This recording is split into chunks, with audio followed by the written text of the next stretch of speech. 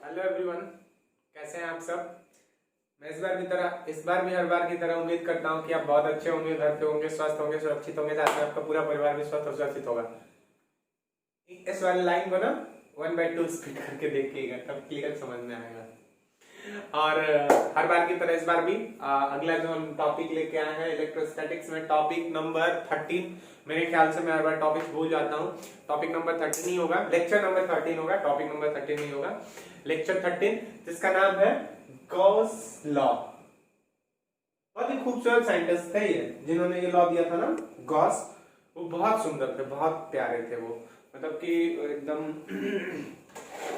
एकदम शांत रहते थे। गाय जैसा क्यूट चेहरा था, मतलब गाय जैसा एकदम सर झुका के हमेशा रहते थे। इसलिए उनके मम्मी पापा ने उनका क्या नाम रख दिया, गॉस रख दिया।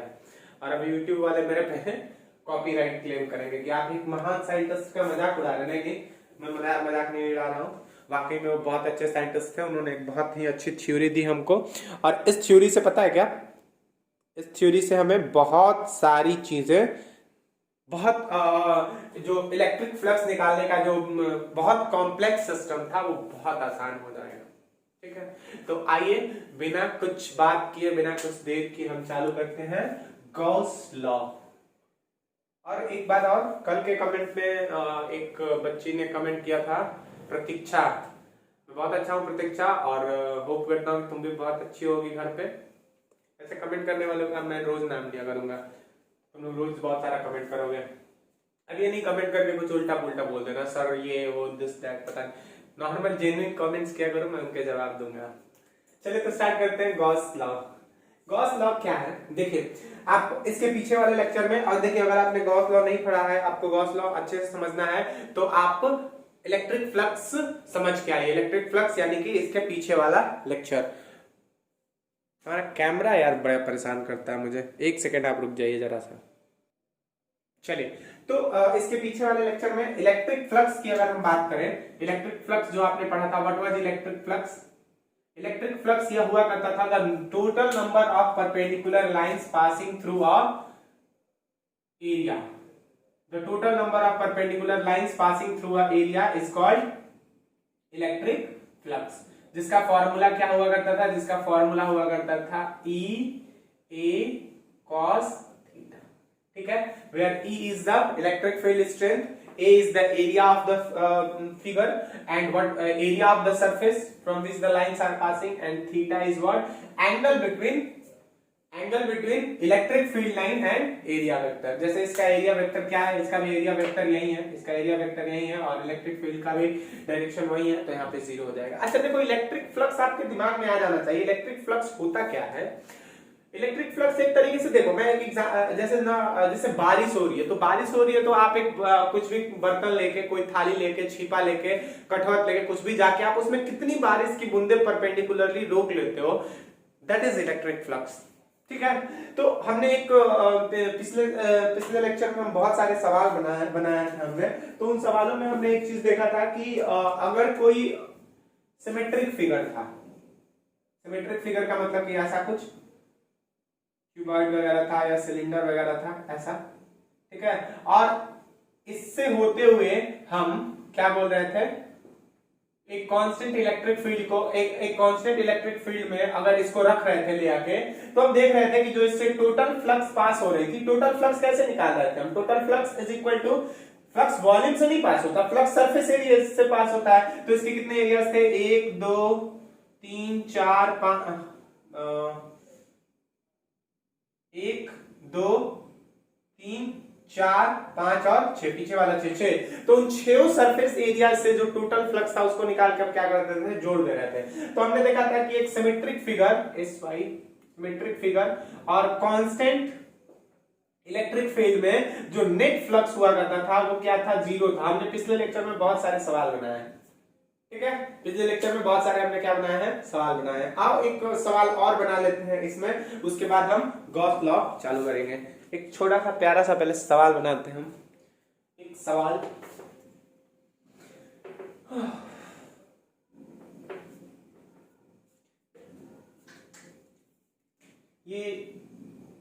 ये हो गई आपकी कोई XYZ plane, X Y Z plane, X Y Z plane में रखा है एक सिलेंडर, एक सिलेंडर, एक सिलेंडर जिसका रेडियस है, जिसका रेडियस है, और electric field lines, continuous electric field line यानी कि कांस्टेंट इलेक्ट्रिक फील्ड में इसको रखा गया है। कांस्टेंट इलेक्ट्रिक फील्ड का मतलब है कि हर जगह बराबर, न ज्यादा न कम, हर जगह बराबर, जिसकी वैल्यू क्या है, E है, E E E E is equal to, मान लेते हैं E not, is equal to E not, हर जगह क्या है, कांस्टेंट है, ठीक है, इज इक्वल टू क्या है, E नॉट है। अब अगर आपसे कोई पूछता है कि what is the net flux through this figure, pause करके बनाओ, तब तक मैं डायग्राम को थोड़ा और खूबसूरत बना रहा हूं, चित्र बना रहा हूं, पॉज करके बना लो, पॉज करके आप बना लो। क्यू वगैरह वाला आपने बनाया है ना, क्यू वगैरह वाला आपने बनाया है, तो चलिए इसको ही बनाते हैं। इसमें कितने सरफेसेस होंगे बच्चों, इसमें सरफेसेस होंगे, पहला सरफेस ये होगा, दूसरा सरफेस ये होगा, और तीसरा सरफेस ये कर्व सरफेस, ठीक है। चलिए तो पहले सरफेस के इसको मान लेते हैं 1, इसको मान लेते हैं 2 और इसको मान लेते हैं 3, कर्व वाला। अरे यार एक सिलेंडर में कितने सरफेस होते हैं, मैं आपको सिलेंडर लेके आऊं अपने घर वाला, दिखाऊं अपने घर वाला सिलेंडर लाके, चलो घर वाला सिलेंडर मैं नहीं लेके आता हूं, मैं ये लेके आता हूं। अगर मान लेते हैं इधर से प्लेन ना कटा हुआ है, ऐसे छोड़ो ना, मेरे पास मार्कर है, ये एक सिलेंडर है ना, तो एक सरफेस एरिया ये, एक सरफेस एरिया ये, और एक ये कर्व सरफेस एरिया। चलिए तो फ्लक्स 1 की वैल्यू कितने लिख देंगे, फ्लक्स 1 की वैल्यू, फ्लक्स 1 की वैल्यू हो जाएगी, क्या होती है, E A cos theta, E की वैल्यू कांस्टेंट है, E नॉट रहने दो, A जरा बताओ तो इस वाले का एरिया कितना हो जाएगा, इस वाले का एरिया हो जाएगा पाई आर स्क्वायर। अच्छा अच्छा अच्छा, एरिया वेक्टर जरा बताओ तो इस वाले एरिया का एरिया वेक्टर क्या होगा, एरिया 1 का एरिया वेक्टर इसी डायरेक्शन में होगा ना, परपेंडिकुलर होता है ना। अगर 2D फिगर हो तो अंदर बाहर, अगर ये सिर्फ एक चिट्ठी रहता है, ऐसे सिक्का रहता है बस मान लो, तो सिक्का भी तो ऐसे कुछ नहीं है, सिक्का में का भी तो वॉल्यूम होता है, सिक्का भी एक सिलेंडर है, लेकिन मान लो तो उसकी कोई थिकनेस नहीं है, तो बाहर भी हो सकता था और अंदर भी हो सकता था। लेकिन अगर ये अब सिलेंडर बन गया ना, तो अंदर भी हो सकता है बाहर, यानी कि इलेक्ट्रिक फ्लक्स, एरिया वेक्टर का जो डायरेक्शन होगा वो इलेक्ट्रिक फील्ड से एकदम उल्टा होगा। तो यहाँ पे अपन लिख सकता है, लिखेगा cos 180 डिग्री, वाह, cos 180 डिग्री, cos 180 डिग्री की वैल्यू होती है -1, यानी कि एक कुल मिला जुला हो जाएगा माइनस E नॉट,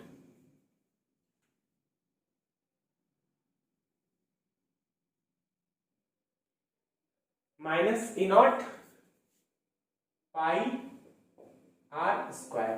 चलिए फ्लक्स 2 की अगर बात करें, एरिया 2 यानी कि E नॉट, इसका भी एरिया वही हो जाएगा ना, पाई आर स्क्वायर और cos, जरा बताओ तो इसके एरिया वेक्टर का डायरेक्शन यही होगा, ठीक। और तो यहाँ पे क्या रख देंगे 0 डिग्री, यानी कि हो जाएगा minus E nought pi, sorry plus का E nought pi r square.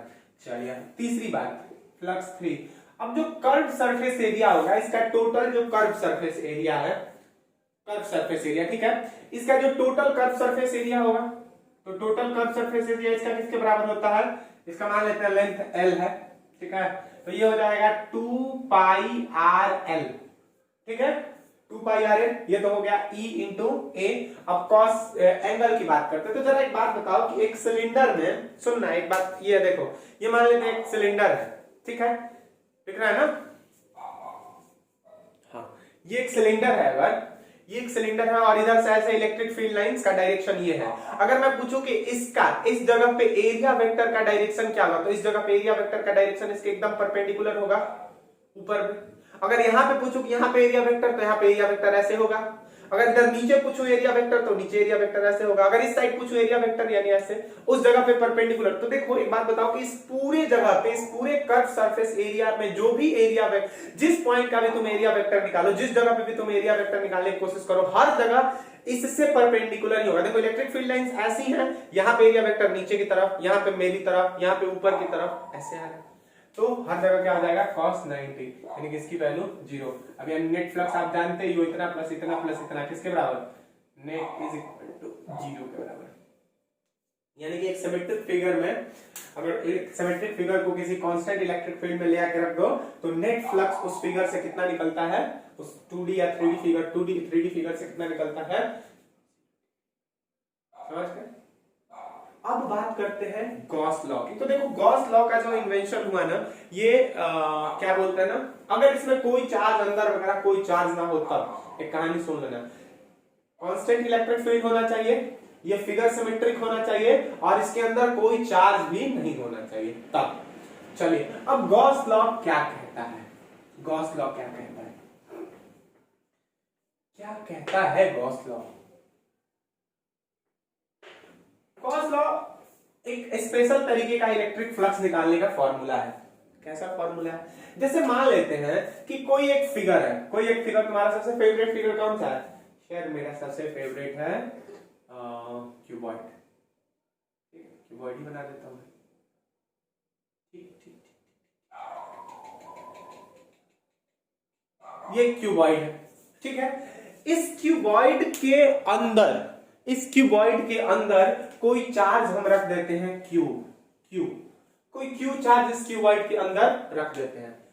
तो अब अगर यहां पे तुमने क्यू चार्ज यहां पे रख दिया तो इससे इलेक्ट्रिक फील्ड लाइंस निकलेंगी, इससे इलेक्ट्रिक फील्ड लाइंस निकलेंगी, यहां से ऐसे निकलेगी, फिर ऐसे निकलेगी ऊपर से, फिर इस वाले साइड से भी निकलेंगी बहुत सारी, इस वाले साइड से ऐसे, फिर इस वाले साइड से भी निकलेगी, फिर इस हर सरफेस से निकलेगी। अगर अंदर तुमने रखा हुआ है, ध्यान से सुनना बात को, अगर अंदर तुमने रखा हुआ है तो हर सरफेस से ऐसे पीछे से भी जाएंगे कुछ इस तरीके से अंदर, इस पूरे क्यूब से इलेक्ट्रिक फील्ड लाइंस निकलेंगी 6 सरफेस से, 1 2 3 4 5 6 से। तो उस केस में हमको अगर नेट इलेक्ट्रिक फ्लक्स निकालना हो, नेट इलेक्ट्रिक फ्लक्स निकालना हो तो कैसे निकालेंगे, उस केस में नेट इलेक्ट्रिक फ्लक्स निकालना हो तो कैसे निकालेंगे। तो एक तो तरीका ये होता है कि आप क्या करो कि आप इन इलेक्ट्रिक फील्ड लाइंस की वैल्यू कहां पे निकालो, इस सरफेस पे निकालो, इलेक्ट्रिक फील्ड लाइन की वैल्यू इस सरफेस पे निकालो। जैसे देखो समझना, ध्यान से समझना, ध्यान से समझना, सरफेस पे कैसे निकालोगे। जैसे मान लेते हैं कि यहाँ पे क्यू चार्ज है ना, देखो ऐसे देखो,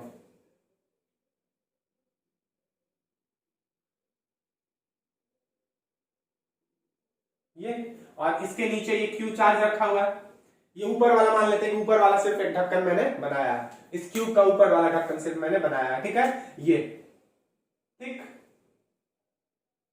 तो इससे इलेक्ट्रिक फील्ड लाइंस इसकी वजह से ऐसे पहुंचेंगी यहाँ पे, इस तरीके से कुछ ऐसे ऐसे पहुंचेंगी यहां तक, ऐसे ऐसे इस तरीके से कुछ पहुंचेंगी, नीचे से ऊपर की तरफ पहुंच रही है ना, देखो ऐसे नीचे से ऊपर की तरफ पहुंचेंगी, ठीक। अब आपको क्या करना पड़ेगा, देखो कितना कितना कठिन है निकालना, ये मैं आपको सिखा रहा हूं।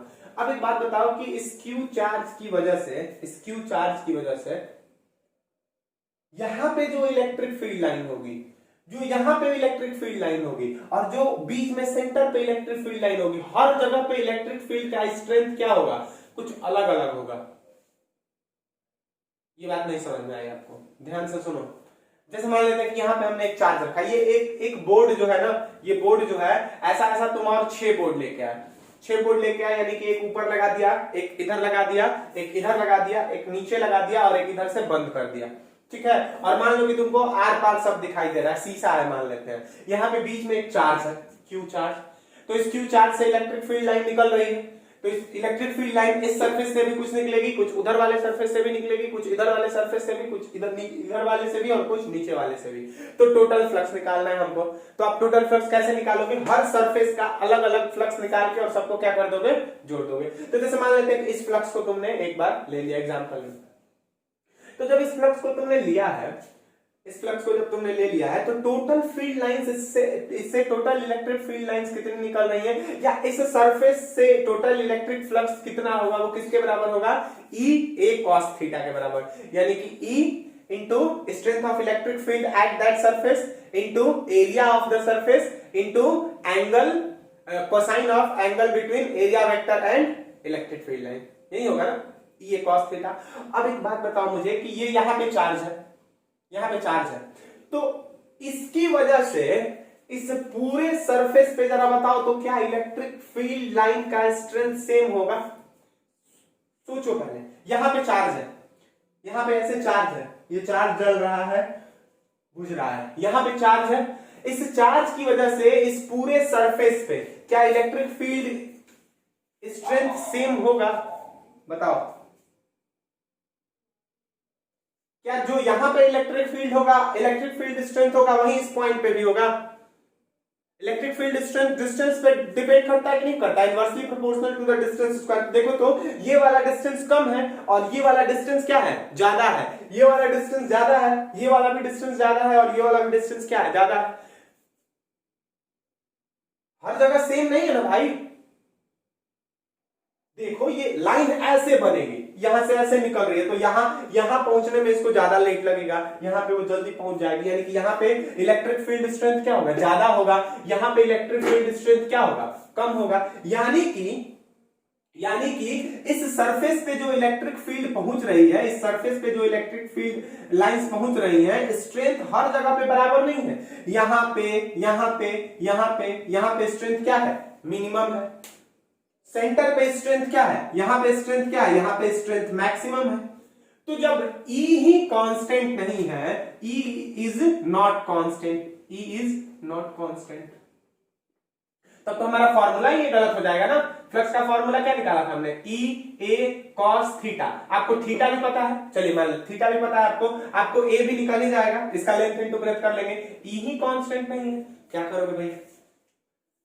बहुत मुश्किल हो जाएगा कि नहीं इलेक्ट्रिक फ्लक्स निकालना, बहुत मुश्किल हो जाएगा।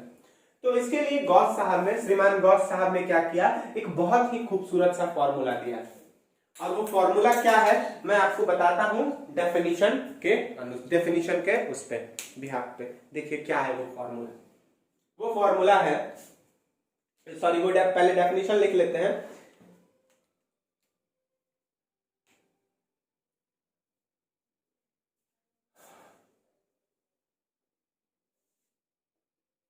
Total flux through a closed surface is equal to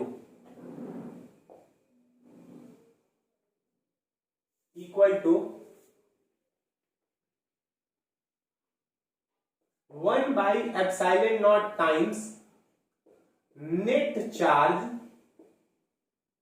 enclosed in that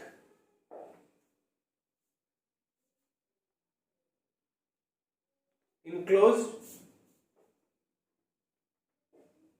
by the closed surface। बहुत आसान, बहुत आसान। Total flux through a close surface is equal to 1 by epsilon nought time net charge enclosed by the close surface. यानी कि total flux किसी भी close surface में के थ्रू कितना होगा? 1 बाई एप्सिलॉन नॉट टाइम्स किसके? क्लोज, जितना उसमें चार्ज है उसके अंदर, उसका 1 बाई एप्सिलॉन नॉट टाइम। यानी कि देखो अभी हमने पिछला फिगर फिर से मैं बना रहा हूं, ये क्यूब बनाया था हमने, क्यूब बनाया था ऐसा ना, ठीक। और इसके अंदर चार्ज कितना रखा था हमने? इसके अंदर चार्ज रखा था Q चार्ज रखा था। अब हम पूछ रहे थे कि what is the net flux, तो net flux is equal to 1 by epsilon not into Q, यानी कि Q by epsilon not. Simple सा आंसर। अगर इसके अंदर 2Q रहता तो 2Q बाई एप्सिलॉन नॉट, अगर इसके अंदर 5 कूलम रहता तो 5 कूलम अपॉन एप्सिलॉन नॉट, अगर इसके अंदर 3000 कूलम रहता 3000 coulomb divided by epsilon not. ये एक फॉर्मूला है। अब आपको उतना मेहनत करना ही नहीं है, उतना मेहनत बिल्कुल नहीं करना है। आप उस मेहनत से निकाल तो पाओगे, निकाल पाओगे, लेकिन बहुत ज्यादा टाइम लगेगा। एक सिंपल सा गॉस ने फॉर्मूला दे दिया। तो आइए इस फॉर्मूला को थोड़ा सा हम प्रूफ करते हैं, जस्टिफाई करते हैं, इसको प्रूफ कैसे करेंगे, ठीक है। इसको प्रूफ करने की कोशिश करते हैं, ठीक है। आइए चलिए इसको प्रूफ करते हैं। एक आइसोलेटेड पॉजिटिव चार्ज है, ठीक है। एक आइसोलेटेड पॉजिटिव चार्ज है प्लस Q, जिसको एक स्फीयर के अंदर रखा गया है। जिसको कहां पे रखा गया है? एक स्फीयर के अंदर रखा गया है। एन चार्ज एंड आइसोलेटेड का मतलब चारों तरफ से बंद, positive charge is placed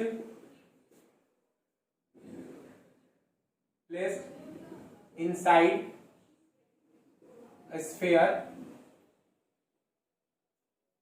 of radius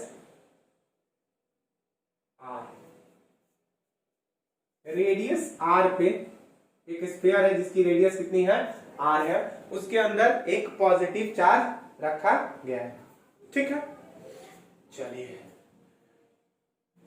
अब इस स्फीयर के अंदर जो चार्ज है इसकी वजह से इलेक्ट्रिक फील्ड जनरेट होगा, और इलेक्ट्रिक फील्ड जनरेट होगा यानी कि इलेक्ट्रिक फील्ड लाइंस निकलेंगी, और इलेक्ट्रिक फील्ड लाइंस चारों तरफ से इसमें बाहर से निकलेंगे ना।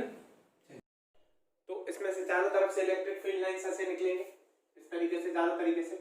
ठीक, मतलब पूरे सरफेस पे मान लेते हैं कि इसका जो सरफेस एरिया है वो किसके बराबर है, इसका सरफेस एरिया S के बराबर है। ठीक है, तो S का फॉर्मूला क्या होता है 4 पाई r स्क्वायर।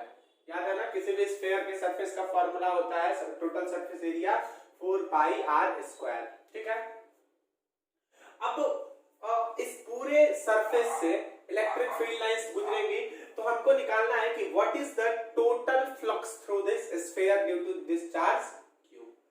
ठीक है, तो एक काम करते हैं, हम इसके सरफेस पे एक छोटा सा कहीं पे एरिया काट लेते हैं। जैसे मान लो कि यहाँ पे हमने कोई एक एरिया काट लिया, समझना ध्यान से, यहाँ पे हमने एक कोई एरिया काट लिया, ब्लू से मैं काट के आपको दिखाता हूँ। ये एक एरिया यहाँ से ऐसे इसके सरफेस पे ये काट लिया। ठीक, चलिए, तो अब यहां से यहां ये डिस्टेंस कितना हो जाएगा r के बराबर, और इलेक्ट्रिक फील्ड लाइन ऐसी ही होगी ना। ठीक, अच्छा जरा बताओ तो कि व्हाट इज, यहां पे मैं लिख दे रहा हूं कि cut a small area dA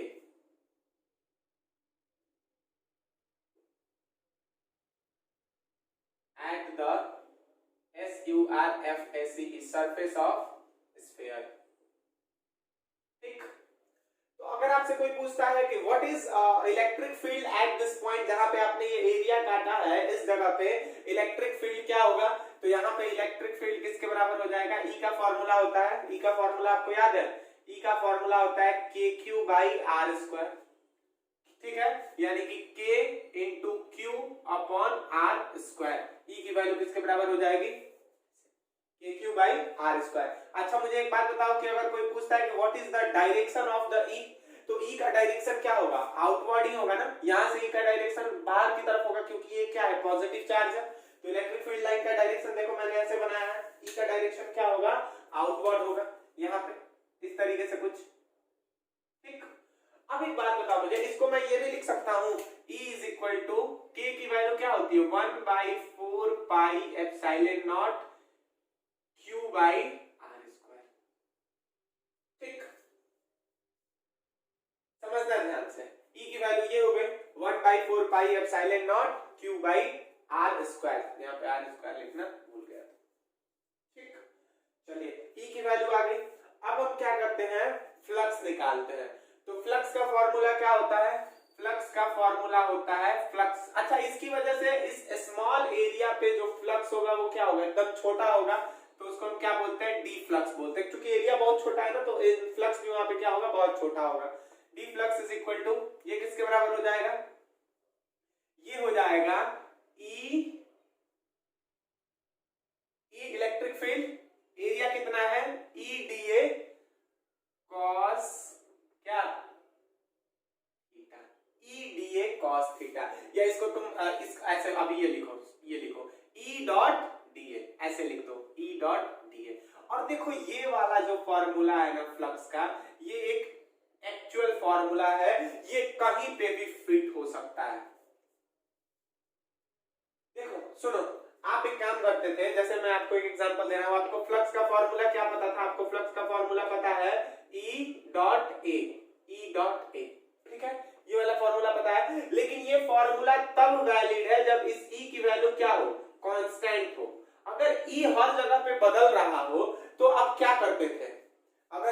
हर जगह पे बदलना हो तो आप क्या करोगे? उसके लिए जैसे देखो मैं थोड़ा सा रिकॉल कराता हूँ आपको 11th का फॉर्मूला। वर्क डन का फॉर्मूला क्या होता था, याद है आपको? Work done is equal to होता था क्या, बताइए मुझे। वर्क डन का फॉर्मूला होता था फोर्स इनटू डिस्प्लेसमेंट, ठीक है, फोर्स इनटू डिस्प्लेसमेंट। लेकिन ये फॉर्मूला तब वैलिड हुआ करता था जब force throughout the whole distance क्या रहती थी, डिस्प्लेसमेंट क्या रहती थी, कांस्टेंट रहती थी। अगर वेरिएबल फोर्स लगाना होता था तो हम क्या करते थे, पहले हम क्या करते थे, एक छोटा सा मान लेते कि यहां से यहां तक, ठीक है, थ्रू आउट द जर्नी अगर फोर्स कांस्टेंट है तो ये वाला फॉर्मूला। और अगर इस पूरे रास्ते में फोर्स अगर वेरिएबल हुआ करती थी तो हम क्या करते थे, आपको पता है? हम क्या करते थे कि इस पे एक छोटा सा एलिमेंट काट लेते थे जिसकी वैल्यू क्या होती थी, dx, और यहाँ पे मान लेते थे कि फोर्स कितना लग रहा है, मान लेते थे यहाँ पे फोर्स F लग रहा है। अब इस dx डिस्टेंस पे इस किसी ऑब्जेक्ट को ये dx डिस्प्लेसमेंट कवर करवाने के लिए F फोर्स लगाया गया, तो एक छोटा सा वर्क हुआ dw किसके बराबर, F डॉट dx के बराबर। अब टोटल वर्क डन निकालने के लिए इसको क्या कर देते थे, इंटीग्रेट कर देते थे, यानी कि work done is equal to integration of F dot dx। ये फॉर्मूला किसके लिए लगता था, ये अगर वेरिएबल हो तो फोर्स वेरिएबल हो उसके लिए भी ये फॉर्मूला वैलिड है। तो उसी तरीके से यहाँ पे अगर हम बात कर ले टोटल फ्लक्स निकालने का, तो टोटल फ्लक्स निकालने का एक फॉर्मूला तो वो होता था, वो फॉर्मूला कौन सा था, flux is equal to E dot A, ये वाला फॉर्मूला था। लेकिन ये तब था जब ये फोर्स क्या हो, कांस्टेंट हो, सॉरी इलेक्ट्रिक फील्ड क्या हो, कांस्टेंट हो। वेरिएबल इलेक्ट्रिक फील्ड के लिए क्या निकालेंगे, पहले छोटा सा फ्लक्स निकालेंगे E dot dA, small flux is equal to E dot dA, फिर इसको क्या कर देंगे, इंटीग्रेट कर देंगे, ठीक है। चलिए तो आइए अब हम यहाँ पे काम करते हैं। इस छोटे से एरिया पे एक छोटा सा इलेक्ट्रिक फ्लक्स किसके बराबर, E डॉट dA के बराबर। अब इसको हम थोड़ा सा और वो करते हैं, D flux is equal to E dA cos theta, ठीक है। अब cos थीटा की वैल्यू किसके बराबर होगी, cos थीटा की वैल्यू किसके बराबर होगी, थीटा की वैल्यू। जरा बताओ यहाँ पे कि यहाँ पे इलेक्ट्रिक फील्ड लाइंस का डायरेक्शन आउटवर्ड। अच्छा ये जो सरफेस तुमने काटा है इस पे एरिया वेक्टर का डायरेक्शन ये भी आउटवर्ड, यानी कि cos थीटा की जगह पे क्या लिख देंगे हम, cos 0, यानी कि D flux is equal to E dA। cos 0 की वैल्यू क्या होती है, ठीक। अब क्या करना है, ऐसा बहुत सारा जो सरफेस होगा इस पे काटा जाएगा ना, इस स्फीयर पे ऐसा बहुत सारा सरफेस चारों जगह काटा जाएगा। तो टोटल फ्लक्स निकालने के लिए हम क्या कर देंगे, इंटीग्रेशन लगा देंगे, ठीक। चलिए इंटीग्रेशन लगा देंगे तो इधर किसके, ये formula flux is equal to. अब एक बात बताओ मुझे कि इंटीग्रेशन इसमें E कांस्टेंट है या वेरिएबल है, जरा बताओ कि यहाँ पे E की वैल्यू कितनी निकाली गई है, KQ बाई आर स्क्वायर। यहाँ पे भी E की वैल्यू किसके बराबर होगी, KQ बाई आर स्क्वायर। यहाँ पे भी KQ, मतलब कि हर जगह पे तुम जहां पे भी सरफेस काट लो, हर जगह पे E की वैल्यू क्या होगी, E की वैल्यू सेम होगी। यहाँ पे भी, मतलब हर जगह पे E की वैल्यू, इस चार्ज की वजह से यहाँ पे इलेक्ट्रिक फील्ड स्ट्रेंथ वही होगा जो यहाँ पे होगा, जो यहाँ पे होगा, जो यहाँ पे होगा। क्यों, क्योंकि एक स्फीयर का सरफेस उसके सेंटर से क्या होता है, इक्वी डिस्टेंस पे होता है। तो E कांस्टेंट रहेगा, तो E को हम क्या कर देंगे, यहाँ पे मैं लिख दे रहा हूँ, E is constant anywhere at the surface। E को बाहर निकाल लो, इंटीग्रेशन किसका होगा, dA का। अब dA का इंटीग्रेशन यानी कि जो छोटा तुमने सरफेस एरिया काटा है वो टोटल में क्या हो जाएगा, total surface area of the sphere, जिसका फार्मूला क्या होता है, 4 पाई r स्क्वायर, यानी कि flux is equal to E। अच्छा E की वैल्यू भी रख दो, अब E की value 1/4 pi epsilon nought r square, ठीक है, इनटू एरिया dA का जो सम होगा वो किसके बराबर होगा, सरफेस एरिया के बराबर, जो किसके बराबर, 4 pi r square, 4 pi r square, ठीक है। कुछ ऐसा हो जाएगा। चलो अब जो चीजें कट जाती है उसे कटा दो 4 से। अच्छा एक चीज और, यहाँ पे Q ऊपर रहेगा ना, यहाँ पे Q रहेगा। E की वैल्यू क्या है, Q 4 pi epsilon not upon r square into 4 pi r square. ये 4 पाई r स्क्वायर से 4 pi r square cancel out, यानी कि फ्लक्स की वैल्यू किसके बराबर हो गई, फ्लक्स की value Q by epsilon nought के बराबर। याद करो, ये एक तरीके से एक एग्जाम्पल को लेकर हमने क्या कर दिया है, इसको प्रूफ कर दिया। ठीक है, एक एग्जाम्पल लेके हमने इसको क्या कर दिया, प्रूफ कर दिया। पॉज करके उतार लो। अब अगर मान लेते हैं, सुनो, अब इसको हम कैसे लिखेंगे, इसको लिखेंगे हम नेट फ्लक्स, फ्लक्स का साइन अब ऐसा हो जाएगा, ये बताएगा क्लोज सरफेस है, नेट फ्लक्स, उतार लो, पहले उतार लो, पॉज करके उतार लो।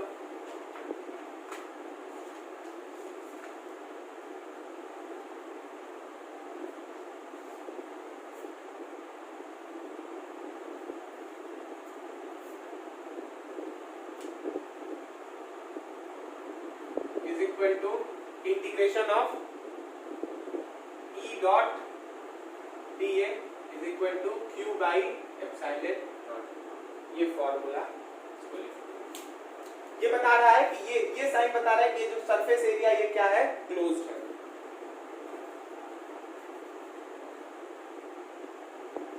हो गया, चलिए मिटा रहा हूं मैं इसको।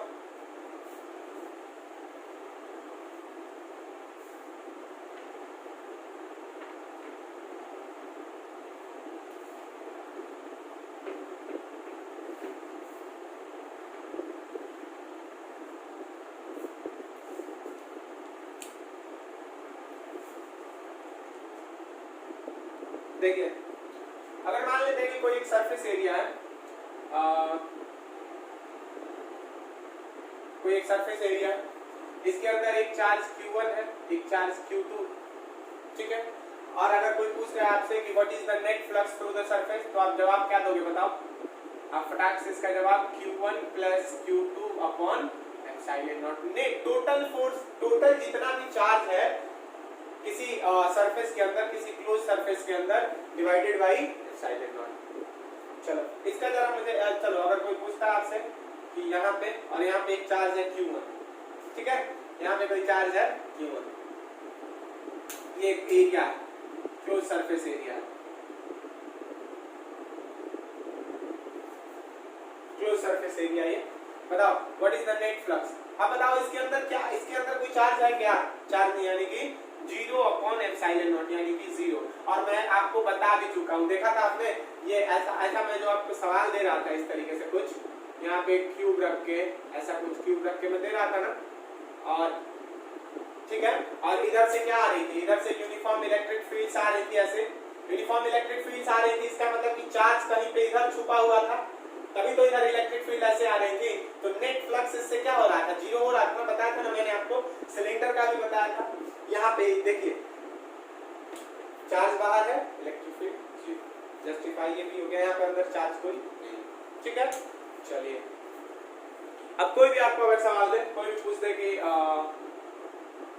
ऐसा कुछ दे दे, एक क्यूब दे दे, यहाँ पे Q1 Q2 इसके अंदर और Q3, तीन चार्जेस अपने पूछेंगे what is the net flux through the cube, तो Q1 plus Q2 plus Q3 divided by epsilon not. एक सिलेंडर आपको दे दे कोई, और यहाँ पे एक चार्ज कोई Q रख दे और बोल दे व्हाट इज नेट फ्लक्स, तो आप क्या जवाब दे दोगे, Q1 Q upon epsilon not. ये एक फार्मूला हो गया, इसको क्या कर लीजिए, याद कर लीजिए। अच्छा एक और बात मैं आपको बता दूं कि एक क्लोज्ड सरफेस, एक क्लोज सरफेस को हम क्या बोलते हैं, गॉसियन सरफेस बोलते हैं। इस बात को आप ध्यान में रख लीजिएगा। अभी जो ये सरफेस था, ये जितने भी जो भी सरफेसेस की कहानी हो रही है जो क्लोज्ड है, उसको हम क्या बोलते हैं, हम गॉसियन सरफेस बोलते हैं, जिसके लिए निकाला जाता है। और गॉसियन सरफेस की कंडीशन क्या होती है मैं आपको अभी बताता हूँ, थोड़ा सा समझ लीजिए कि ये गॉस, इसको मिटा रहा हूं मैं, ये गॉस लॉ कहां-कहां एप्लीकेबल है, गॉस लॉ कहां-कहां एप्लीकेबल है।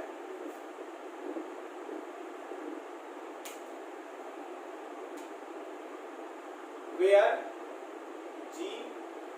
GAUSS गॉस, देखिए एप्लीकेबल हर जगह है, कैन बी यूज्ड, कहां पे इसको ढंग से यूज किया जा सकता है, तो पहला जो है चार्ज मस्ट बी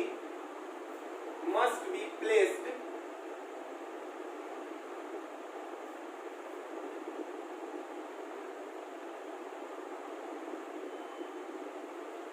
चार्ज को कहां पे रखना चाहिए, सिमेट्रिकली रखना चाहिए। यानी कि सिमेट्रिकली कहने का मतलब ये है कि गॉसियन सरफेस आपको परफेक्ट तभी मिलेगा जब आप चार्ज को एकदम, जैसे मान लीजिए क्यूब है तो इसमें सिमेट्री पे चार्ज कहां पे रखाएगा एकदम सेंटर पे।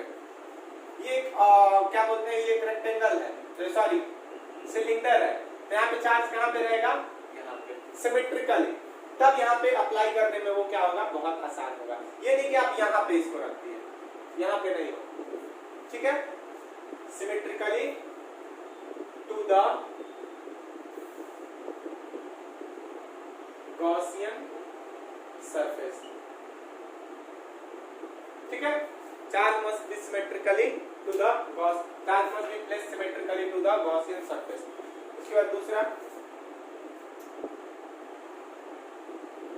इलेक्ट्रिक फील्ड लाइंस या electric field strength must be same at every point.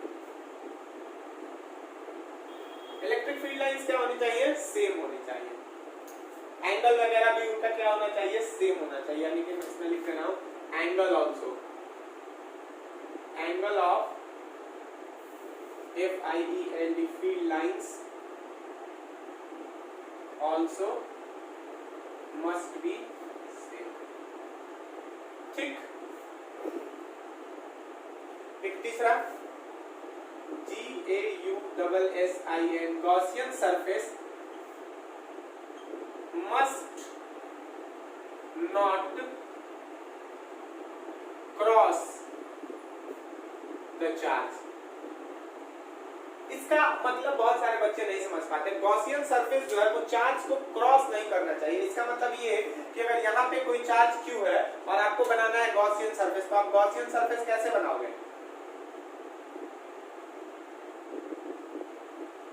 इस तरीके से। अगर मान लो कि आप गॉसियन सरफेस बनाते हो तो चलो ठीक है, ये कट नहीं कर रहा है, लेकिन अगर ये चार्ज यहाँ छोड़ के यहाँ पे पड़ जाता तब ये गॉसियन सरफेस को क्या करता, कट करता ना। जैसे देखो मैं आपको एक स्फीयर बना के दे रहा हूँ, एक चार्ज है, ये Q है, आपको बोलना है कि इसके चारों तरफ गॉसियन सरफेस बनाओ, तो आप गॉसियन सरफेस कैसा बनाओगे, आप गॉसियन सरफेस मान लेते हैं कि आपने गॉसियन सरफेस ऐसा बना दिया, तो देखो तो ये वाला सरफेस, ये सरफेस एरिया इस चार्ज को क्या कर रहा है, कट कर रहा है ना, तो ये पॉसिबल नहीं है, इसको गॉसियन सरफेस नहीं कहा जाएगा। और उस केस में गॉस लॉ अच्छी तरीके से मतलब कि आप यूज नहीं कर सकते हो ढंग से। ये सारी बातें गॉस लॉ से रिलेटेड। आइए कुछ क्वेश्चंस देख लेते हैं, कुछ क्वेश्चंस देख लेते हैं, चलिए।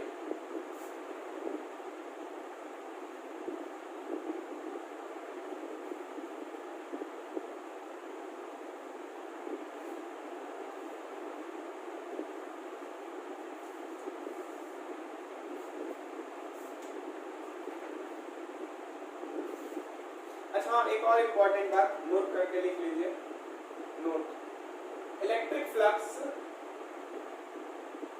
नेट इलेक्ट्रिक फ्लक्स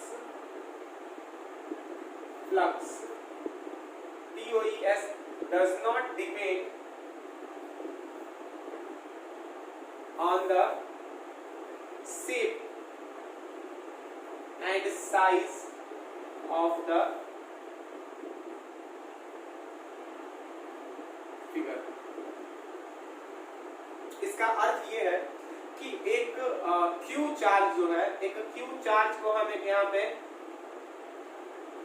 क्यूबॉइड में रखते हैं, ठीक है, और एक Q चार्ज को यहाँ पे हम एक स्फीयर में रखते हैं।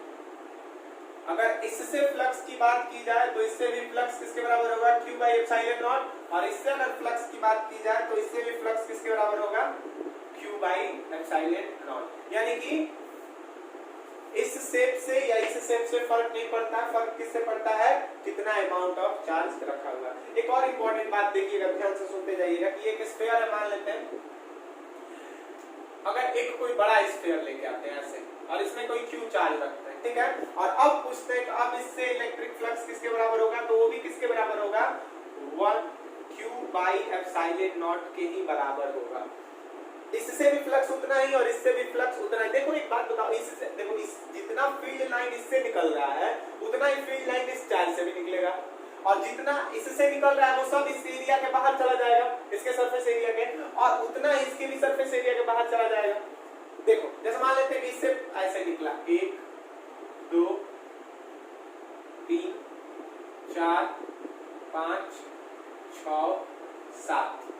ठीक है, तो इससे भी 1 2 3 4 5 6 7, इससे भी 7 ही। जितना इससे निकलेगा, दोनों का चार्ज तो सेम है ना, तो क्यू क्यू, और जितना निकलेगा उनको सरफेस एरिया से बाहर जाना ही है, तो इसका भी फ्लक्स उतना ही और इसका भी फ्लक्स उतना ही। ठीक है, चलिए एक दो सवाल कर लेते हैं इससे।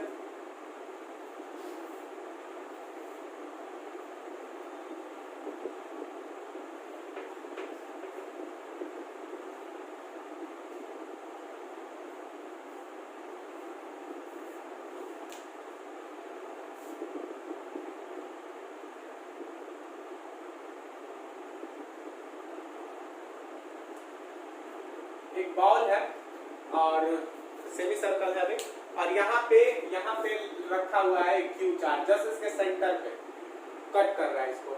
अब पूछा गया कि what is the net flux through the figure, what is the net flux through the figure. अब बताइए इसको आप कैसे बनाएंगे।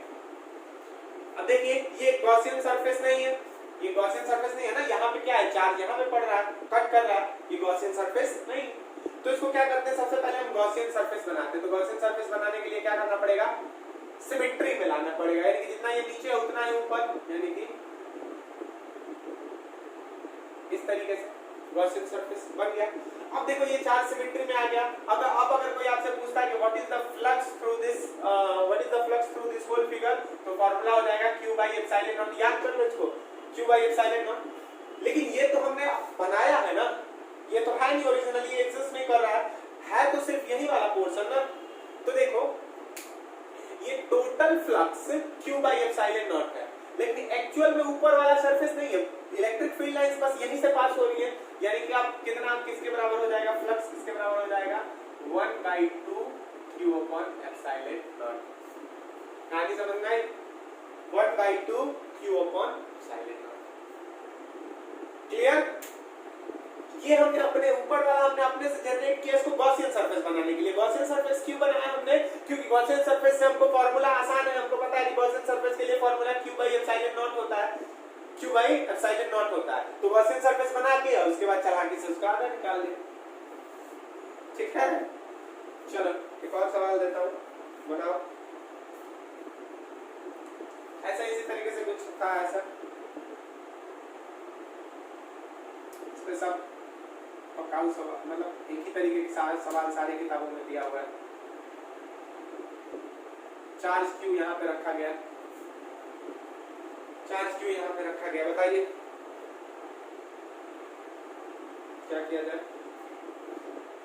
चार्ज क्यू यहाँ पे रखा गया, अब ये गॉसियन सरफेस है, गॉसियन सरफेस नहीं है, तो इसको क्या करेंगे हम, गॉसियन सरफेस बनाएंगे। गॉसियन सरफेस बनाने के लिए इसको क्या करना पड़ेगा, सिमेट्री में लाना पड़ेगा।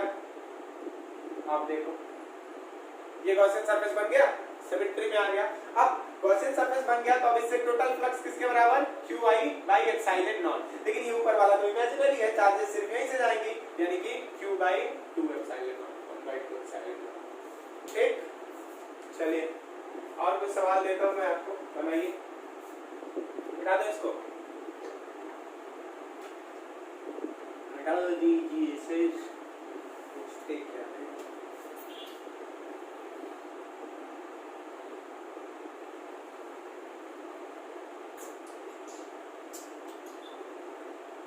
क्यूब लग रहा है या क्यूबॉइड लग रहा है, जो भी लग रहा है मैंने एक बार बना दिया। चलिए यहाँ पे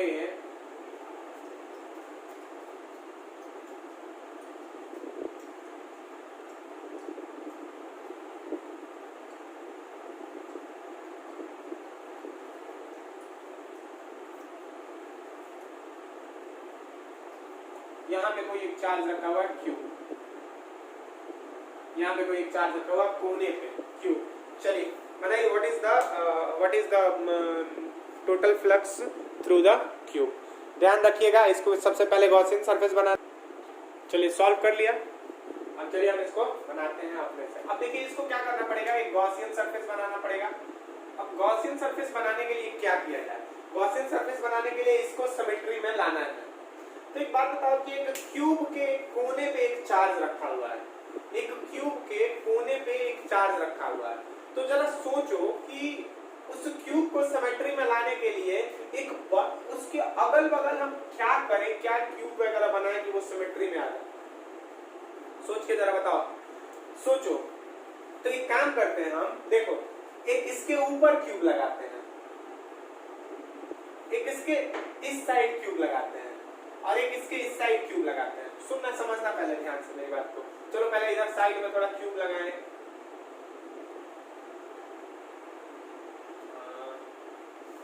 साइड में लगाता हूं मैं, ध्यान से देखो तुम लोग, ड्राइंग थोड़ी खराब भी बन जाए तो कोई बात नहीं।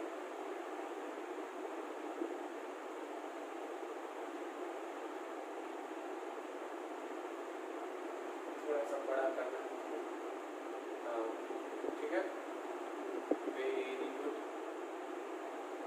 समझते रहो। देखो ध्यान से इसको, ये ऐसा है। अब इसको क्या करो, मिला दो ऐसे, 1 2 और 3 और ये 4। एक क्यूब इसके बगल में बन गया, ठीक है, यानी कि एक पोर्शन से ये कवर अप हो गया। चलो अब एक काम करते हैं, एक क्यूब इसके ऊपर बनाते हैं, ऊपर चलो बनाते हैं, 1 2 3 और 4। चलो इसको मिला देते हैं ऐसे, ये ऐसे मिल गया हमारा, और ये ऐसे,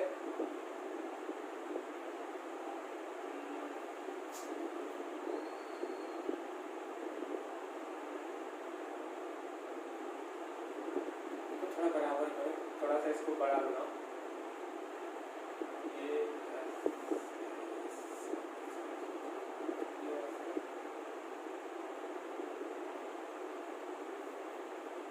एक मिनट, थोड़ी सी ड्राइंग गड़बड़ हो गई है, मैं ड्राइंग बना लेता हूँ, रुक जाओ। देखो ये देखो, ये बना है एक क्यूब, ये हमारा ओरिजिनल ये वाला क्यूब था, इसके बगल में हमने एक ये बनाया, इसके ऊपर हमने एक ये बनाया और एक इसके इधर बगल में ये बनाया, यानी कि एक इसके देखो जैसे ये क्यूब था, मान लेते ये क्यूब था, इसके ऊपर एक क्यूब रखा, इसके बगल में एक क्यूब रखा और इसके ऊपर एक क्यूब रखा, यानी कि इसके चारों तरफ से इसको 3 क्यूब से हमने क्या कर लिया, घेर लिया। तो अब ये देखो, ये लग रहा है ना कि ये सेंटर में आ गया है, ये लग रहा है ना कि सेंटर में आ गया है, दिख नहीं रहा है सेंटर में, 3 क्यूब से इसको चारों तरफ से हमने क्या कर लिया है, घेर लिया है। तो अब ये क्या हो गया, सेंटर में हमारा आ गया, सेंटर में ऐसे आ गया। देखो, अरे देखो ऐसे इधर से अगर सामने से तुम देखो तो एक क्यूब यहाँ पे रखा हुआ है, एक क्यूब यहाँ पे, तो ये बीचों बीच है। अच्छा, एक ऊपर है और एक ऊपर है, तो ये भी बीचों बीच में, ठीक। तो ये एक अभी लग रहा है कि ये सेंटर में है, लेकिन अभी भी ये सेंटर में है नहीं। ये जो 4 क्यूब का जाल है ये तो सामने से है, पीछे तो एकदम ये प्लेन है ना, पीछे से तो ये क्यूब दिख जाएगा अगर एकदम वर्टेक्स पे तो झांकता हुआ थोड़ा सा निकला हुआ। मान लो कि इसके 3 आगे से तुमने दीवार बना दिया, तो अभी पीछे से तो ये दिख जाएगा ना, तो 4 क्यूब आगे और 4 ऐसे ही पीछे क्यूब लगाने पड़ेंगे, यानी कि टोटल कितना क्यूब हो जाएगा, टोटल हो जाएगा टोटल 8 क्यूब्स। समझ में आ रही बात, टोटल 8 क्यूब्स। अब इन 8 क्यूब्स में से क्या निकालते हैं, अब ये 8 क्यूब्स हो गए। चलो तो टोटल फ्लक्स किसके बराबर हो जाएगा, Q बाई एप्सिलॉन नॉट के बराबर। Total flux is equal to Q by epsilon nought. लेकिन वास्तविकता में तो सिर्फ कितना क्यूब है, एक ही क्यूब है ना, तो एक ही क्यूब है तो 1 Q by epsilon not into 8। ये कहानी समझ में आई आपको, Q by epsilon not into 8। अब देखो वास्तविकता में तो नहीं था ना ये सब क्यूब, तो 8 क्यूब से टोटल कितना फ्लक्स निकल रहा था, Q बाई एप्सिलॉन नॉट। तो बचा बाकी का 7 क्यूब तो फेक है, वो हमने बनाया, तो बचा कितना, 1 क्यूब। तो 1 क्यूब से कितना निकलेगा, 1 by 8 into Q by epsilon not. अब एक और बात सुन लो कि इसमें इस क्यूब में भी क्या इस क्यूब के सारे साइड से इलेक्ट्रिक फील्ड लाइंस निकलेंगी, क्या इस क्यूब के सारे साइड से इलेक्ट्रिक फील्ड लाइंस निकलेंगी, सोच के बताओ। क्या इस क्यूब के सारे साइड से इलेक्ट्रिक फील्ड लाइन, सारे सरफेस एरिया से इलेक्ट्रिक फील्ड लाइंस निकलेंगी। ऊपर वाला एरिया कवर है, नहीं निकलेंगी। इस साइड वाला एरिया नहीं निकलेंगी। एक क्यूब जो है, अच्छा पीछे वाला एरिया उससे भी नहीं निकलेगी, पीछे भी तो हमने 4 लगाया ना, यानी कि 3 इसकी एरियाज क्या हो गई है, खत्म हो गई, यानी कि बचा कितना है, सिर्फ 3 सरफेस एरिया बची है। तो इस क्यूब के पास बचा हुआ फ्लक्स कितना आ रहा था, Q upon Q by 8 epsilon not, और उसमें भी अब क्या हो गया, उसमें भी 3 इसका साइड 3 सरफेस एरिया इसका ब्लॉक हो गया, यानी 1/3, यानी कि सिर्फ अब फ्लक्स किस एरिया से निकलेगा, जरा बताओ तो, सिर्फ फ्लक्स इस वाले एरिया से, एक जो सामने है उससे, एक जो नीचे है, यानी कि ये हो जाएगा Q अपॉन 24 एप्सिलॉन नॉट। तो इसी तरीके से आप सवाल बनाते रहिए गॉस लॉ के, और हम अभी गॉस लॉ पे और बहुत सारा कॉन्सेप्ट लेके एक अगले वीडियो में, इसकी 2 वीडियोस करनी है मुझे, तो कुछ और सवाल होंगे उस वीडियो में भी। तब तक अगर आपको भी कोई सवाल मिलता है तो बनाइए, मुझे भेजिए, ठीक है, गुड बाय।